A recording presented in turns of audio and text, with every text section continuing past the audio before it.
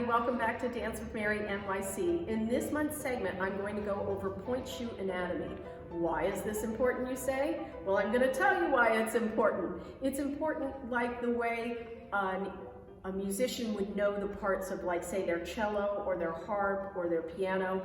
They know those parts of the instrument really intimately. So because you're dancing in these shoes all the time, it's really important that you know what the names of the parts are. And what if you ever go in for a special order, you want to be able to use shoe language. I have my handy sample here, so let's get started. This part is known as the platform or the tip. It's what you stand on when you're dancing. This part from here to here is the vamp. It's what encases the toes. Some pointe shoe companies measure the vamp from here to here, but some pointe shoe companies measure the vamp from here all the way to here. Make sure you know what company uses what measurement. This area that holds the foot together is called the box.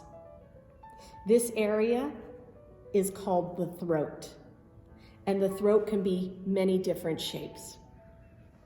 This is your drawstring, and this is your drawstring casing. This area on the sides is known as the wings. The wings help provide lateral support. They can be hard, or they can be soft, or you can even have no wings in a shoe. This seam right here is known as the waist seam. It's also sometimes called the side seam. This back part of the shoe, from this seam all the way to the back, is known as the side quarter. The stay is the part that binds the side quarters together. And on the inside, we have a back seam.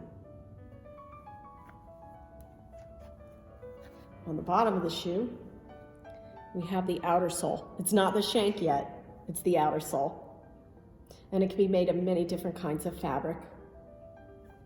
These are known as the pleats, or sometimes they're called feathers.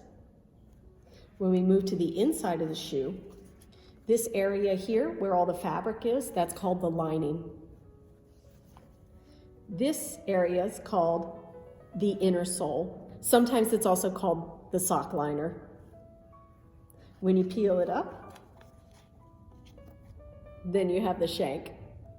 And the shank can be many different kinds of fabric. It can be full, cut off, but the shank, if you think of it, is like the spine of the shoe. And then this area on the inside is also known as the box, and that could be many shapes and sizes.